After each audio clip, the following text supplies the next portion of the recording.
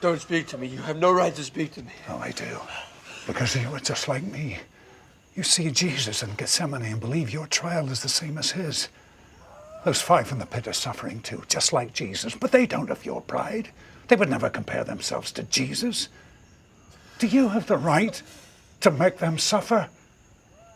I heard the cries of suffering in this same cell. Bienvenidos a Cine Aparte y gracias por darle clic al enlace.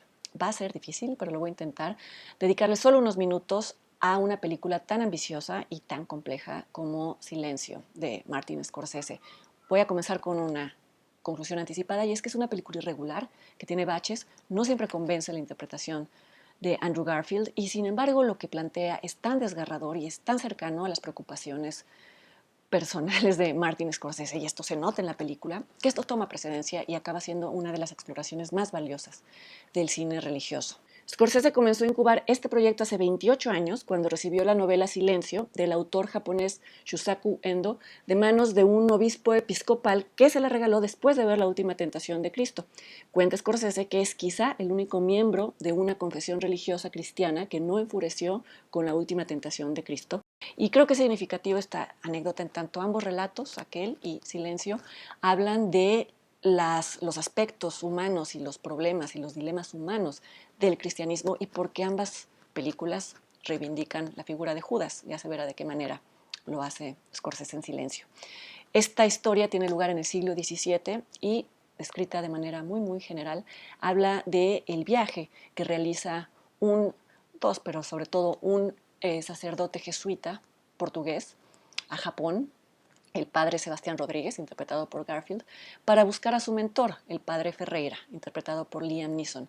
Lo va a buscar porque se rumora que Ferreira ha apostatado, es decir, ha renunciado públicamente de su fe cristiana y ha adoptado una identidad japonesa. Y para entender Silence es importante saber que en el siglo XVII Japón cerró oficialmente sus puertas a los jesuitas, que ya llevaban un tiempo realizando una labor de evangelización.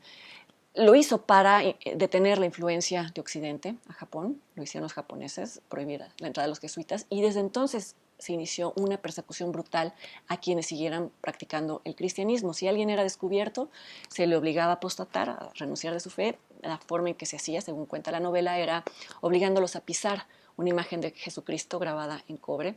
Si se negaban a hacerlo, eran torturados de maneras brutales, como se muestra en la película. Y conociendo este contexto se entiende por qué el viaje del padre Rodríguez era tremendamente peligroso, tanto para él, porque ponía en riesgo su vida, como para aquellos que en algún momento lo ayudaran, lo auxiliaran, le dieran un techo, le dieran de comer. En algún momento, y esto no es un spoiler, también es una premisa, el inquisidor de Japón quiere obligar a Rodríguez a apostatar, a renunciar de su fe, y esto se convierte en el dilema moral y religioso de la película. Rodríguez se niega, evidentemente. Para él no hay manera de concebir su existencia que no sea la de un sacerdote cristiano, y sin embargo se pregunta de qué sirve ser cristiano si al hacerlo se causa el sufrimiento de gente alrededor. Y creo que esta paradoja está narrada en esta película, o está ilustrada en esta película en un contexto muy preciso, pero que podemos hacer fácilmente un ejercicio de abstracción y pensar que es válida y es vigente para el presente y que aplica a todas las religiones. ¿Hasta qué punto uno puede considerarse creyente si por defender los principios genera sufrimiento en otros? ¿O qué concesiones se pueden hacer a la religión y seguir llamándose religioso? ¿O en qué consiste la fe? ¿O es más importante el mandato superior de alguien, tan importante como para ser más importante que el de otros, y no se cae entonces en la arrogancia, y que la arrogancia no es incompatible con la fe, etcétera, etcétera? Todas estas preguntas son exploradas sin reparos, sin pudores, de manera directa por Scorsese en Silence, en un contexto católico. Y repito, hay muy poco cine católico en la historia del cine. Hace poco hablaba en este espacio de la película Hacksaw Ridge de Mel Gibson, otra buena película católica de un director católico. Poniéndolas una al lado de la otra, se puede decir que Hacksaw Ridge es cinematográficamente más compacta, más contundente, pero que el centro religioso o el punto de vista teológico de Mel Gibson es mucho más intransigente y mucho más intolerante. Por el contrario, Silence es una película divagante, y sin embargo el núcleo religioso que plantea y que explora Scorsese es mucho más complejo, incluso es mucho más desgarrador. El catolicismo de Gibson no admite la duda, el catolicismo de Scorsese tiene a la duda como fundamento. El proceso de creer implica tener miedo, tener la sensación de que Dios nunca responde, y de ahí el nombre de la película. Como ustedes saben, esta película fue ignorada en los Óscares, con excepción de la fotografía del mexicano Rodrigo Prieto, como siempre espléndida, tanto en sus paisajes abiertos, en escenarios naturales, como en otros claustrofóbicos, como son las celdas o el equivalente a las catacumbas en donde se llevan a cabo los ritos católicos escondidos.